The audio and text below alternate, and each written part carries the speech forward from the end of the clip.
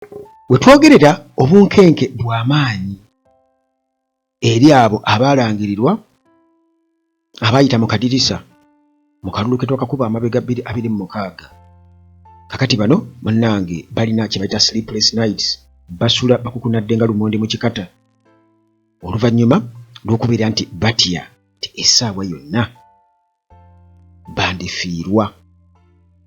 bandifiirwa omunyago gwabwe. Wabula ate era waliwo n'abalala abaagala okuliivula abo abalangirirwa. Waliwo aba opposition abalangirirwa nga kituufu baawangula era nga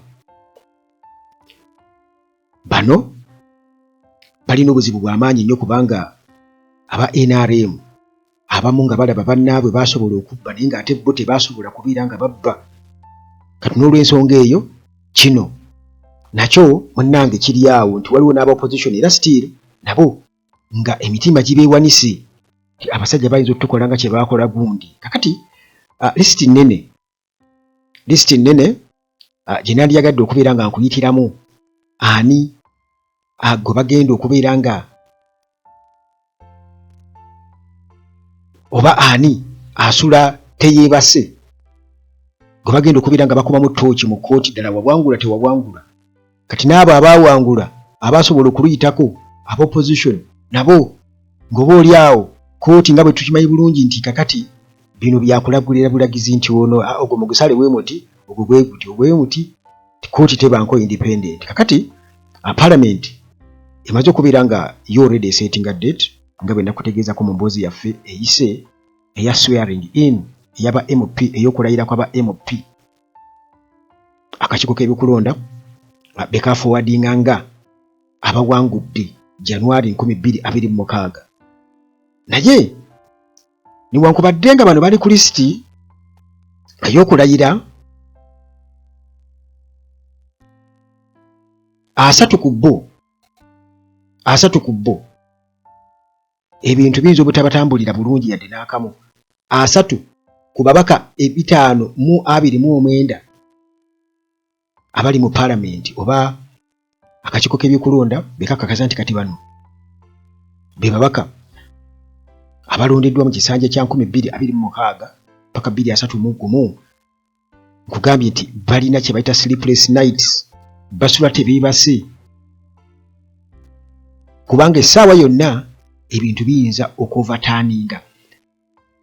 Kati lisiti weeri era nga njagala ngikuyitiremu osobole okubeera nga otegeera. Kati high court Masaka, Mbarara, Fort Portal, Lira, Hoima, Soroti, Moroto, Luweero, Iganga, Kuumi, Padel, Tororo, Mukono, bano muganda wange kumpi gwa Uganda yonna balina okulaba nga muganda wange petitions challenging results okuva mu kulonda kwa 2026 parliamentary elections fayiro zonna ezaateekebwayo zonna muganda wange zirina okubanga kati zibikulwa. Electoral Commission balooya baayo bagenda kubeera busy nnyo. Electoral Commission balooya baayo bagenda kubeera busy nnyo kubanga be bamu ku ba respondents abalina okubeera nga bansalinga mu petitions ezisinga obungi. Kiba kitegeeza nti bano balina okunyonyolwa kungi nnyo kwe balina okukola mu kkooti z'amateeka era nga ensonga eziriwo za kuteeka bululu mu bokisi nga obutiikinge okubbira bamaze okulonda bo ne bakyanga ebyabwe. Waliwo mu results awo okubanga nga bazitambuza obululu okuva we balondeddwa okutuuka gye buterekebwa oba ne babikyusizaawo okubeera nga obuwanguzi bw'omuntu eyavaawo awangudde nga akakasiza nti awangudde agenda okubiwulira nti ate nedda si yawangudde. Ate kakati ne security issues zonna ezo byebimu ku bye balina okuba nga baddamu.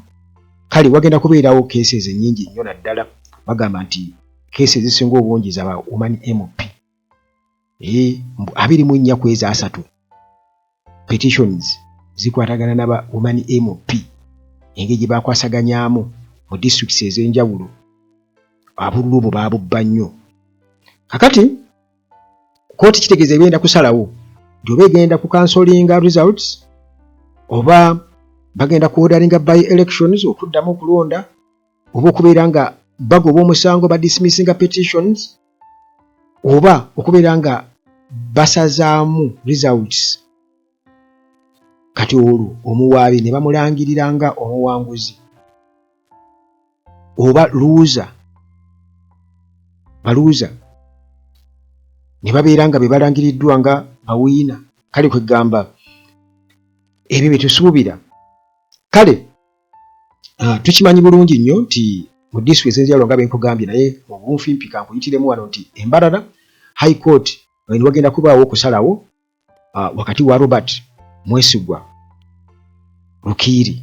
Lukaari saawa eno achallenginga Mbarara City North election results era nga ezaalaga nti businessman Christopher Bakashaba ye yawangula.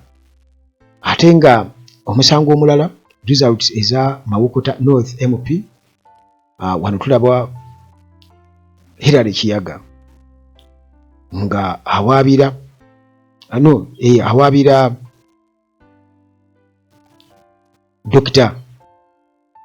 Dr. Hildeman awaabira abamwitaani omukyala former trade industry and cooperative minister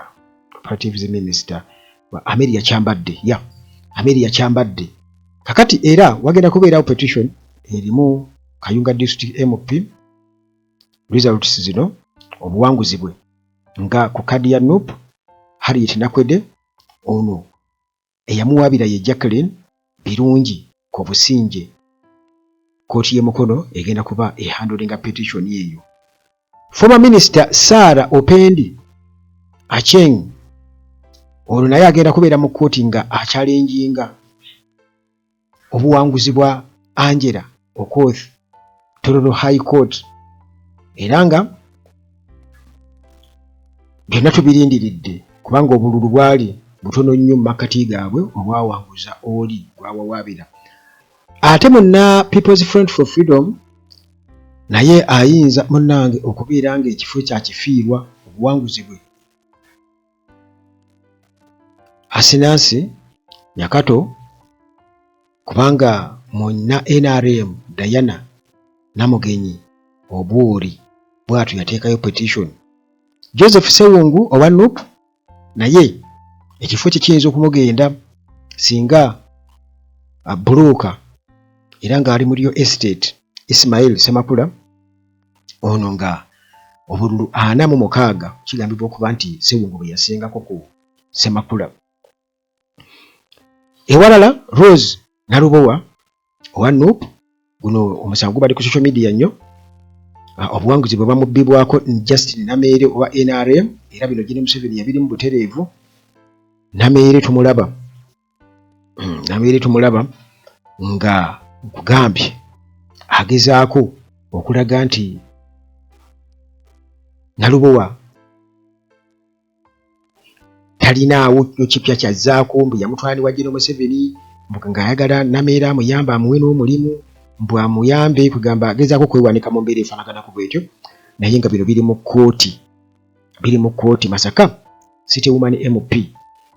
Ate era Sisi Namuju Dinozia Lwengo District Woman MP naye muganda wange bamuchallenginga. Ewalala jinyiza okubeera nga nkugamba Joan Namutaawe Masaka District Woman MP naye achallengeibwa muna NRM Joanita Narule.